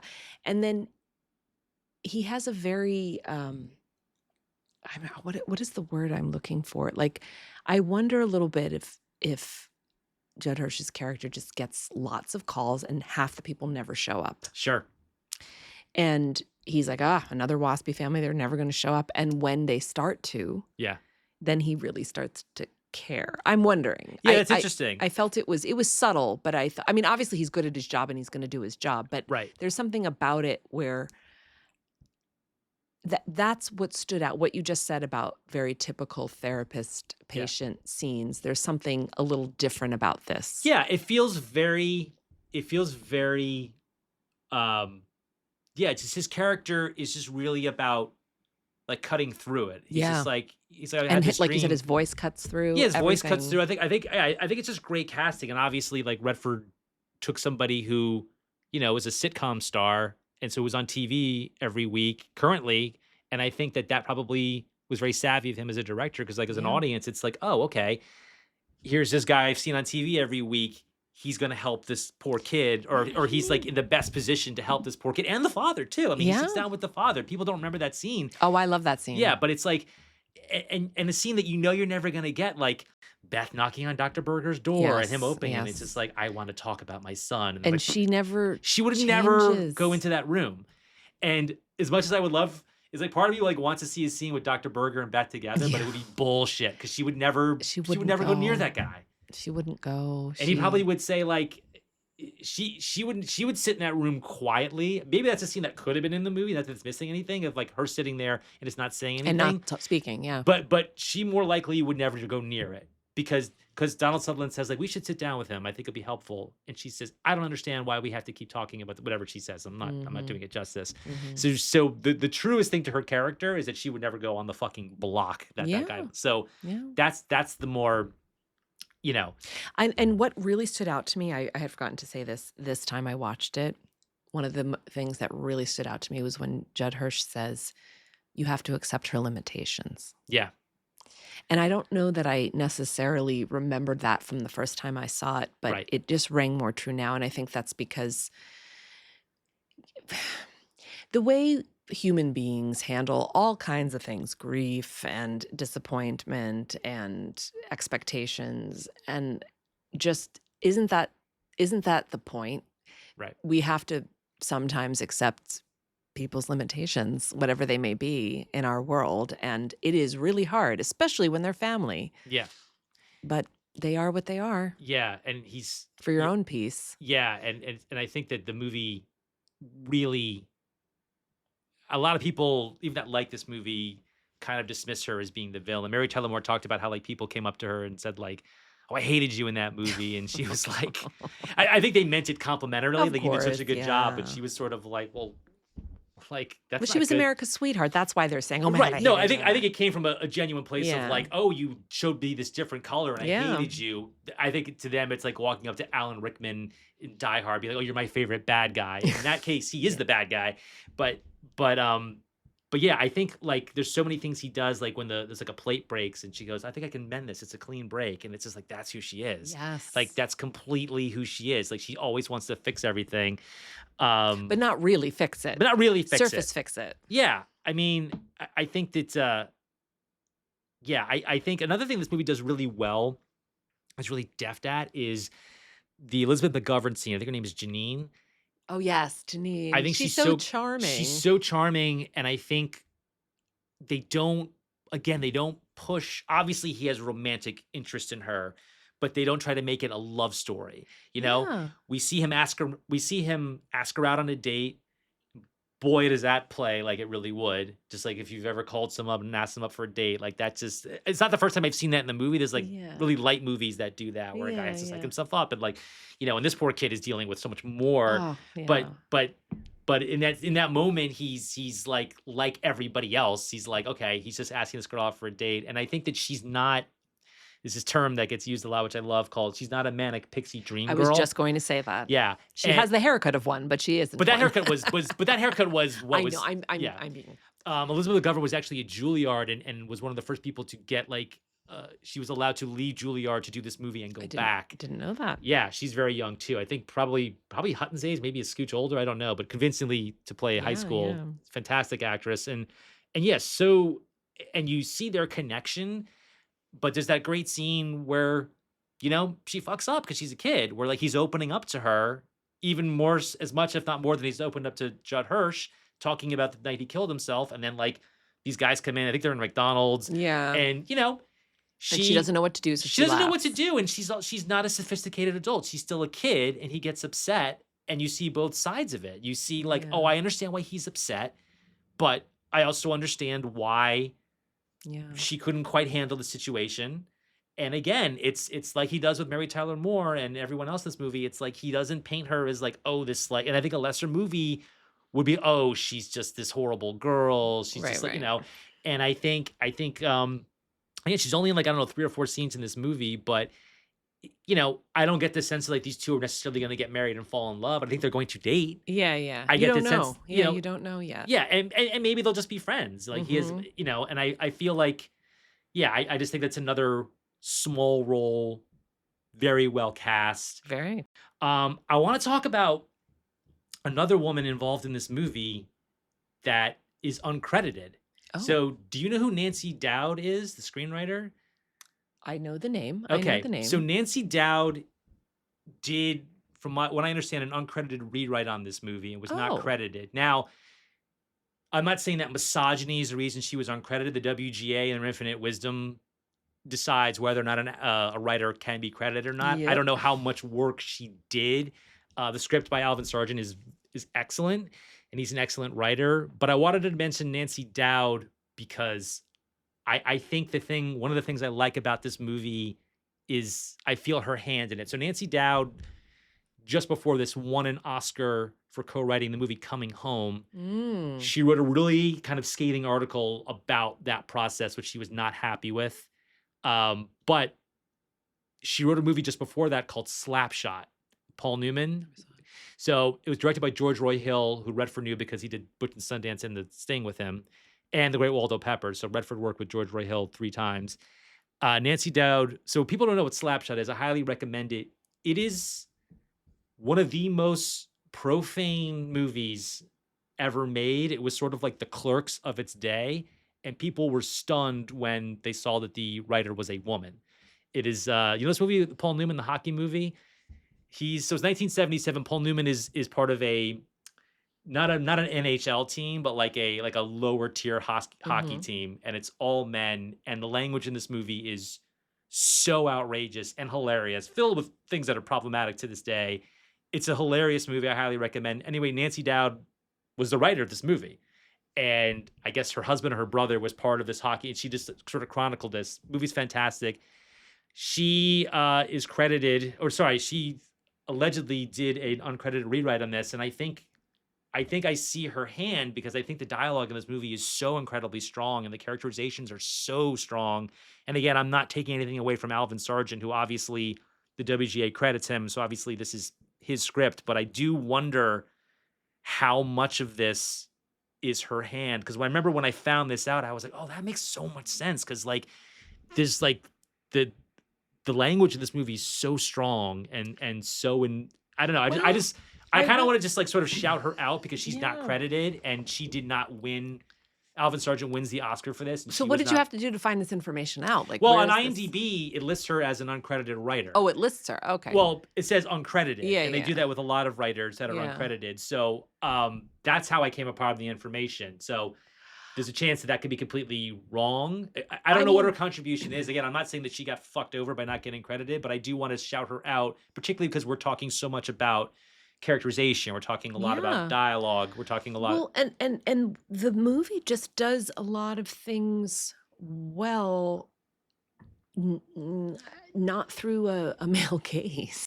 That's the reason I want to bring it up because I think the characterizations of women in this movie, Yeah. well, of everyone, are so strong. Like the Mary Yeah. Tyler Moore character being chief among And them. she's not over sexualized or anything like that. No, no one's sexualized in this movie. What could have happened differently Yeah, was not.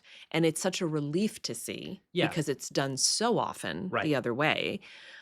So I don't know. I mean, I like to live in a world where where you don't necessarily have to get someone to come in. But I think I it guess I speaks to stick the like. humility again of the team to be like, does this need another Well, I think once Redford over? because she wrote a George Roy Hill movie and he made 3 movies with him. It's obviously he probably, you know, I can only imagine he called George Roy Hill up and said like, "Oh, I really liked your movie. Yeah. Can I have?" Or I mean, because Slapshot is so tangentially related to Redford, it's George Roy Hill and Paul Newman who he made. You know that's the Butch and Sundance the Sting team. So that's the reason why I think that's her connection to Well, it. it was again very smart. We're just going to go back to Robert Redford Yeah, being a very brilliant first time director right. and brilliant in general. Because, and again, it takes a level of humility. Yeah, There was like a genuine right. work ethic and respect on this piece, and I think it really, really shows. And it got the recognition it deserved. And it's not that, like I said, the competition was pretty stiff, like Well, that year. let's go there. So let's move on to categorically denied. Before we get to Best Picture, let's see if Ordinary People was worthy of the other 3 Oscars it won. So we've talked a lot about this, but let's do it sort of officially. So Robert Redford wins Best Director. He beats David Lynch for The Elephant Man, Martin Scorsese for Raging Bull, Richard Rush for The Stuntman, Roman Polanski for Test. So of these movies that you've seen, I know you've seen Test. Of these movies that you've seen or that you remember, would you still give Robert Redford Best I Director? Yes, I Okay. would. Yes. Okay. I think he did a great job with this. I would give it perhaps groaningly predictably to Martin Scorsese for Raging Bull. I think it's 2 different types of directing. I think it's definitely, the innately silly thing about the Oscars is that we're comparing Apples to oranges. apples to oranges a lot, and that's the silliest thing about this. There's no sort of getting around that. I think that, but I do think this isn't something. If I were, I mean, I was alive then, but I was very small, so I was not following the Oscars at this point. I I think if I were to watch this contemporaneously, having seen both these movies, I don't think I would have been angry at Redford winning or slapped my forehead. What's funny is that I don't know if you put this together. Years later, Redford makes a movie called Quiz Show, and he casts Martin Yeah, Scorsese in yeah. it, which felt like kind of a not an olive branch, like sorry for beating you, but I think it showed that like Redford, you know, had some kind of a sense of humor about that, like, oh, I won the Oscar on my first try, and I I beat. just like him even more. Yeah, I just keep you keep saying things that make yeah. me I, like I always when I Robert. saw that Scorsese was an actor in Quiz Show, I was like, oh, that's kind of cool. Yeah, yeah. Um, so we talked about this already. Adapted screenplay. Language. This beats a movie. This beats Breaker Morant. Not even sure I'm pronouncing that right. Coal Miner's Daughter, The Elephant Man, and The Stunt Man. So against those, what you've seen, what you remember, would you give Ordinary People best adapted screenplay? I mean, I did not read the book, You don't have, no, that's yeah. We're talking about the but screenplay as it stands but now. but how often do we not like adapted screenplays from a book anyway? Like how often we don't always, but there's something about this because it's done so well like a play. Right. I just yes, I would agree. I would agree on this one. Yeah, I think adapted screenplay definitely wins. I'm comfortable giving it to that. Yeah. I think the screenplay is great. I called out Nancy Dowd not to take away Yeah. from Alvin Sargent, but I think that she's a key ingredient to why this I think movie she is. works. Yeah. So this one's tricky, and I'll get to why in a second. So, Best Supporting Actor, Timothy Hutton beats Judd Hirsch for Ordinary People, Michael O'Keefe for The Great Santini, Joe Pesci for Raging Bull, and Jason Robards for Melvin and Howard. Well, So I'm surprised it's the supporting that's category. exactly where I wanted to go with this. So this is old school category fraud. Not taking anything away from him. This is, I think, a leading role. Yeah. And I think that they put him in supporting actor because he was going to get killed by Robert De Niro in Raging Bull, who's Oh. astounding. And And they wanted to give it to them both? no, I think this Did is the he thing. win? Robert De Niro wins Best Actor. No, I knew that, but did Hutton wins. He did win. Yeah. So Hutton wins, and he's the youngest actor to win. He's 20 years Right, old when okay. he's handed the trophy. Let's talk about, is this a leading role or is this an ensemble where they're all kind of the leads? Meaning the three of them, Sutherland, because Mary Tyler Moore is nominated for Best Actress.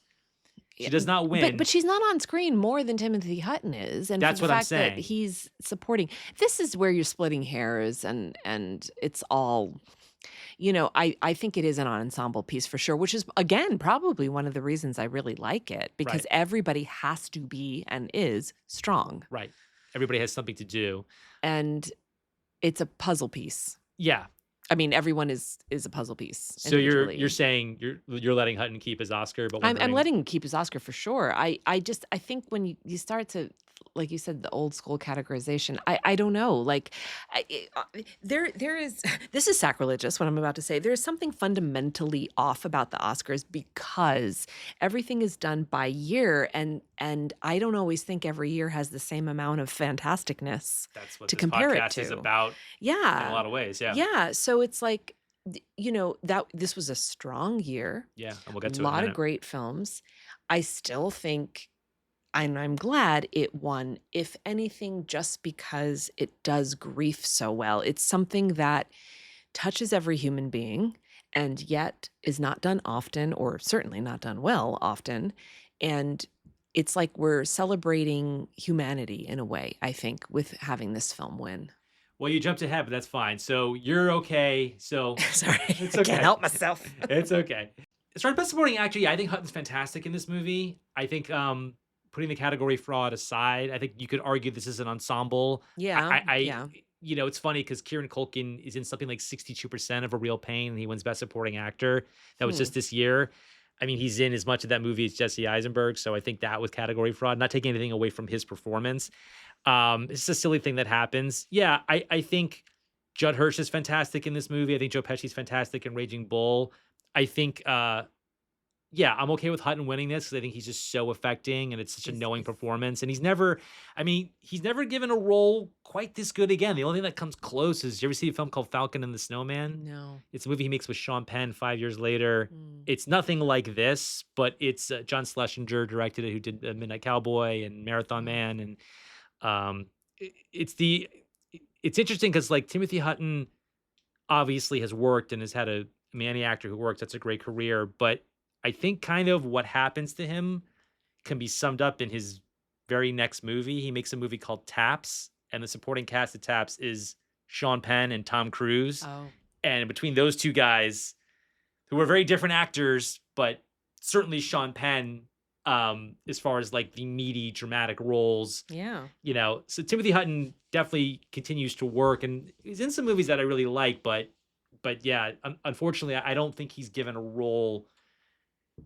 I mean, I think he's sort of given the role of his career first, Which is crazy. which But yeah. happens, Yeah, it happens. But he worked. He's not James Dean. He doesn't die young. I mean, Yeah. he's worked for 45 years and Yeah. and is a great actor, but he's never given anything quite like this again. All right, Jen. So let's see if we expect these feelings to always tickle. It's time to test our hindsight with the verdict. Against Coal Miner's Daughter, The Elephant Man, Raging Bull, and Tess, was Ordinary People the best movie nominated this year? Yes, it was. Ordinary People deserves its win because it does grief so well. It takes an emotion that every human being really cannot avoid. And not every film or piece of art does grief well. And this film has a bunch of characters that are all puzzle pieces coming together to reflect back to the average person what it is like to be human. I think this movie's great, and it's obviously very affecting, and I like it. For me, of these movies nominated, I'm going to go with Raging Bull. I think this is one of the 10 best biopics ever made. I think this is the absolute apex of Robert De Niro's fearlessness and commitment as an actor. He wins the Academy Award, so it's not like he's ignored. Talking to an actor, I want to know what you think about this. To me, and you can tell me if you disagree with this, up to this point, this was the farthest anybody had taken the method. De Niro gained 65 pounds for this role. Obviously, I feel like this is like sets the template for Daniel Day-Lewis and a lot of actors, but I'll just go top tier at Daniel Day-Lewis as far as like the physical commitment to a role. Now, in the 2000s, sorry, I'm mentioning 2000s again, there were, and other times too, there were a ton of biopics where there was a really good performance, but I felt like the movie around it was asleep at the wheel. Like Charlize Theron. Oh, that wasn't a bio. Well, it was, kind no. of. It was a bio. Yeah, no, she's fantastic in that. Yeah, yeah. I just didn't.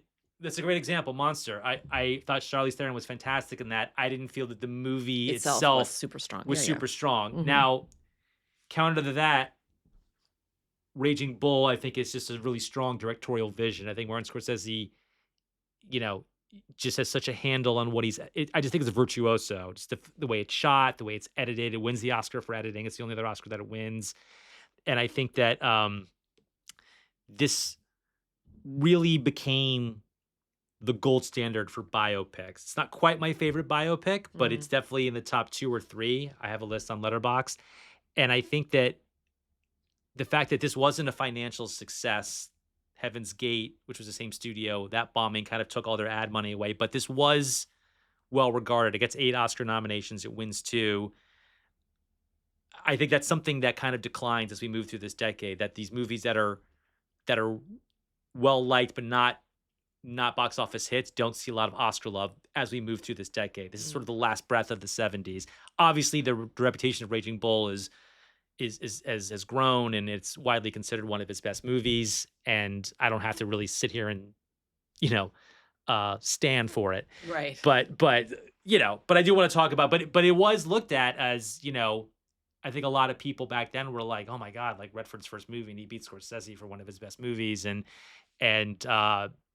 the same thing happens exactly 10 years later. Another good-looking actor makes a movie for the first time, and Kevin Costner makes Dances with Wolves, and Scorsese doesn't win for Goodfellas, but we'll deal with that then.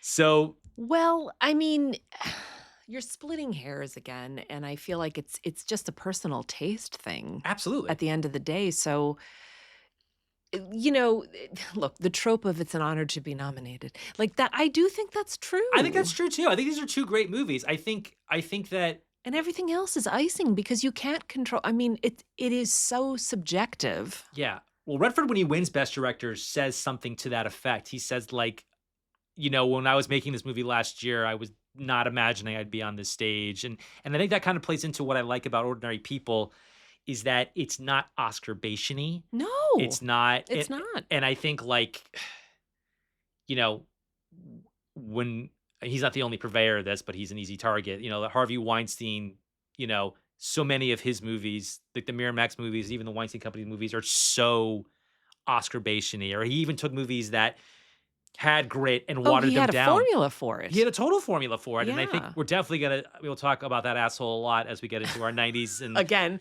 the unavoidable. yeah. But well, I talked a lot about him in the 2000s. I mean, Yeah, he was of definitely in course, the of mix. He course, he that goes was away the and comes back. But I think that I mean, I remember having a meeting with somebody at a company, and the guy said, full irony, yeah, like, we're doing this movie. It's our Oscar movie. Like, the guy said, to his credit, knowingly, that, like, this is a movie yeah. we're making to win Academy And Awards. maybe that's another reason why I love that Ordinary People one, because it doesn't seem like it's supposed to Yeah. win an I Oscar. don't think it does. And I think a lot of the movies we're going to be talking about in this decade do feel that way. And I think that we're off to like kind of a strong start. I just obviously know where we're headed. Yeah, yeah, yeah. Some of these I movies would I have haven't to look seen. at the list because I'm unlike you in this regard. I That's can't fine. remember off the top of my head. So what let's talk about wins the in appeal. So 80s. Jen, is there a movie that you like better than Ordinary People that came out in 1980, whether it was nominated or not? Or what is the best movie of the year for you? I mean, I think it would still be Ordinary People. I Right. really don't have a ton to compare it to because I was so young when it came out, so I Right. didn't see it until years later. Right. But it has stuck out in my mind as I guess just handling grief really well. Great. And the first time I saw it was actually before I experienced intense grief. Uh-huh. It was before my mother and my spouse died. So rewatching it this time, it just had it hit me different, but in a good way still. So, Yeah. and more so, where I'm like, wow, they really got this down. Just how different people handle grief. Yeah. And there's just something to me very honorable about doing a film like that. Yeah. And a great biopic is great. Who doesn't love those? Right. But again, I guess I just like what's different. Yeah. It's interesting you talked about the last time I saw this movie, or maybe 2 times ago, I was not a parent, and my kids are very young. Oh, how different your life is. I'm not Yeah. dealing with any of the issues that Sutherland and Mary Tyler Moore are dealing with, but I can relate to as a parent, I can relate to this movie in a Yeah, totally different way, and definitely. it takes on a whole new meaning. So yeah, I think with any movie, particularly something like this, your station in life definitely dictates. Like when you see it at one age, it's different, and when you see it at another, or not even an age, it's a stage of your life. Mhm. So yeah, I think that's definitely that's astute, and I have my relationship with this movie has changed also, but for a different reason. And Yeah, I've experienced loss in this movie. I mean, I lost of both my parents, but course. that's a slightly different. I mean, it's still grief, but it's a slightly different. I mean, yeah, we're all going to experience grief, and we all experience grief, and that's what this movie is about. I think you distilled this movie down to its core idea, which is grief. That's what this is about. Yeah. Um, And it's also grief. It's a specific kind of grief too because the character, is already dead when the film opens. right. But the character died quickly. It was a shock. It wasn't like the character was sick for No, it was years. an accident. It was an accident. He was a young man. And he was young. Yeah. And I thought that also, I mean, even though grief is grief, I mean, any way somebody goes, it's still going to affect you. But there is something about the characters having a certain lifestyle that is Right. completely changed Yeah. in the blink of an eye. Yeah. So we're talking about Ordinary People and Raging Bull. These are obviously very serious movies. My best movie of the year really couldn't be more different, and I want to talk about why. So, my favorite movie of this year is also my favorite comedy of all time, and that is Airplane. Oh, loved Airplane. So, the seeming absurdity of a movie like Airplane winning Best Picture is really the absurdity of the Oscars themselves. This is Hmm. the funniest movie ever made. And while I really don't like I think overanalyzing comedy could ruin it, it's really worth doing kind of briefly here. This is every kind of comedy in one movie. It's slapstick, it's visual humor, it's clever wordplay, it's sight gags. There's one character who's just improvising, just who's in his own movie, which is normally like the death knell. None of this should work, and this is probably the only time where it fully works. Like, I think movies like Top Secret and Naked Gun are mostly very funny, but the mixture still isn't as perfect as it is here. And I think in a weird way, not a weird way, this movie to me is a little bit like the very first Ghostbusters, that for all the skill that went into making this and that first Ghostbusters movie, there is this one indefinable something. There's something in the mixture. Maybe it's when it came out. There's this thing that can't be replicated, Mm. which is why it's never been replicated. So again, I don't think I had to sell people on Airplane, but I think it's the funniest movie ever made. And I think if this were nominated for Best Picture or won Best Picture, if we took an actual true, there are a few comedies that have won, but they're always comedies with like pathos. Like Annie Hall is a comedy, and But it's a it very yeah, funny movie, yeah, but but it it's also has saying something about relationships and Mhm, about being mhm. self-destructive and things like that, which is fine. I think it's done with a deft hand. I mean, huge Woody Allen fan here, as listeners of this podcast already know. I'm talking about a movie like this that's just silly. It is so necessary, it is so important, and comedy and laughter is utterly, um, worth its weight in gold. I don't know how else to say it. Yeah, So, I just think that there somewhere, sometime, someone decided that we must be taken seriously. right. That means drama. And then if it's funny, it still also has to have some drama. There you Right. go. Someone decided that. I don't know Yeah, why that started. yeah, And I'm thinking now, maybe, I'm guessing, if you go back to early silent films, yeah. if you go back to Buster Keaton, he would crank them out, Oh yeah, right? So I'm wondering if there is some deep-seated prejudice where it's like comedies are just cranked out, they're a dime a dozen, yeah. and they're just not as rooted in they think they're not as rooted in reality, therefore they don't deserve the Right. same kind of acclaim, I guess. Yeah, it's interesting. And just to circle back to Ordinary People one more time, I mean, Mary Tyler Moore proved herself really adept at drama, and she did comedy for, you know, decades, 2 different shows, and that's a complete actor to me. Somebody who could do both, and Donald Yep. Sutherland could do both, and Yes. Judd Yeah. Hirsch was on a Mhm. sitcom and did this, and he could do both, I and agree 100%. You yeah, have to be able. In fact, a lot of casting directors would say comedy is harder to cast. yeah, So yeah, we need to respect artists all the time. yeah. That's basically what I want to say. Our next category is Spotlight, where we spotlight something from any movie we like. It could be a performance, cinematography, score, a stunt sequence, any little aspect from a movie that popped for us in this year. So, Jen, what small thing or what one component from a movie in 1980 do you want to talk about? Maybe I will mention Tess just because I did see it recently and I had never seen it before. There was there's something about the filmmaking, but maybe this is cheating slightly because it really was made in the 70s because it was an No, but it came out in 80. independent It's film. kosher. Okay. But there's something very natural about the lands. Well, they filmed on location, so that's why. But also, there's something about look. There's nothing wrong with the sound stages used throughout the years, but there's something about this era that really embraces nature, Mhm. earthiness. I mean, Little House on the Prairie comes out in the 70s. I don't think it's an accident. There's something about that that I find appealing. Mhm. And actually, Ordinary People does it too. Like we were just talking, like The Fall. Yeah. And there's something about the simplicity of nature around you that I feel like well, Tess does it a lot, because you know, she's from a very, very poor background, Mhm. and you just sort of see she's I mean, look, we can go down the rabbit hole of the writing, but you're talking about a 19th century writer of the book, so Right. it's a different thing. But there's something about the simple beauty of that character, and also the simple beauty of nature Right. that I think the movie captures really well. That's great. That's kind of a segue to mine. I'm going to spotlight two things from 1980.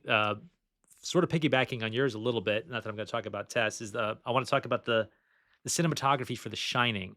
Mm. Obviously, The Shining is a movie that's lauded and vaunted enough. But I want to talk specifically about the cinematography by John Alcott, whose last Kubrick movie he won an Oscar for, and that was Barry Lyndon.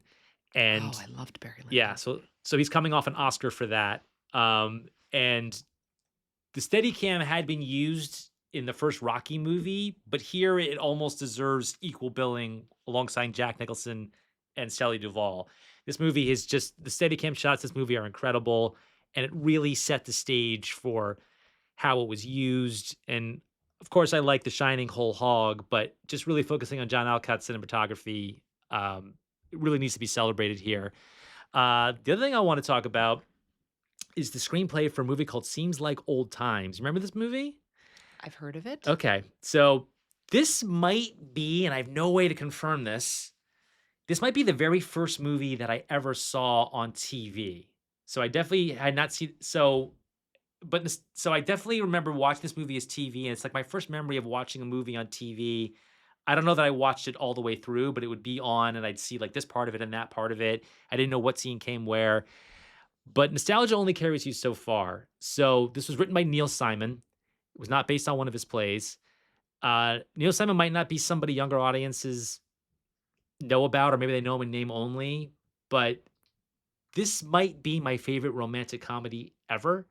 And I think the main reason is that it sidesteps the mistake that every romantic comedy or most romantic comedies make.